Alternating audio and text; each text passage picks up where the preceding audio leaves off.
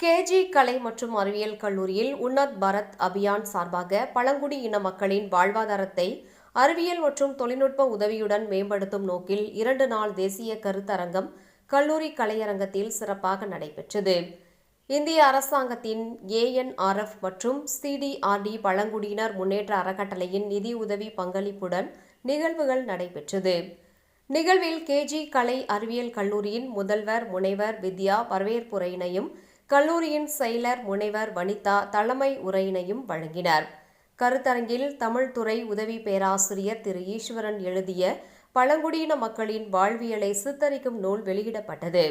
சிறப்பு விருந்தினர் அறிமுக உரையினை கல்லூரியின் தகவல் தொழில்நுட்பத்துறை தலைவர் முனைவர் விஜயா வழங்கினார்.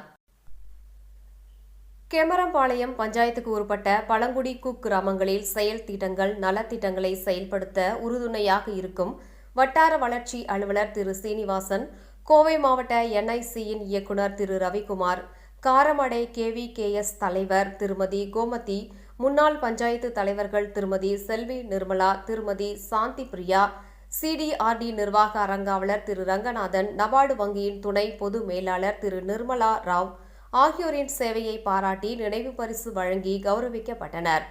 சிறப்பு அழைப்பாளர் பேராசிரியர் மோனி மாடசாமி, இந்திய அரசாங்கத்தின் தேசிய தகவல் மையத்தின் முன்னாள் இயக்குநர் சிறப்பு விருந்தினராக கலந்து கொண்டார். தனது சிறப்புரையில் இந்தியாவில் பழங்குடி இன வளர்ச்சி நிலைகள் மற்றும் வேலை வாய்ப்புகள் குறித்து எடுத்துக் கூறியதோடு பல்வேறு துறைகளில் தொழில் முனைவோருக்கான வாய்ப்புகள் குறித்து விவாதித்தார்.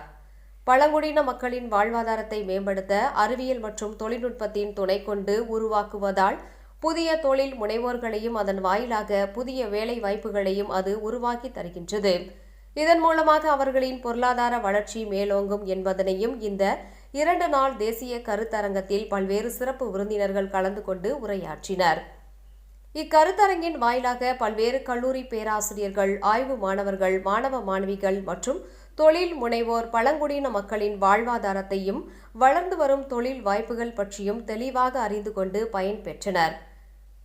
இந்நிகழ்வின் ஒரு பகுதியாக பழங்குடியினர் வாழ்வாதாரத்தை மேம்படுத்த மாணவர்கள் உருவாக்கிய மின்னணு மற்றும் தகவல் தொழில்நுட்பம் சார்ந்த 31 செயல் திட்டங்களின் வெளிப்பாடுகள் காட்சிப்படுத்தப்பட்டன.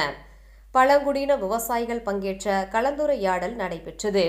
நிகழ்வின் நிறைவாக கல்லூரியின் UBA ஒருங்கிணைப்பாளர் முனைவர் ஸ்ரீ கலா நாயர் நன்றி உரையினை வழங்கி சிறப்பித்தார்.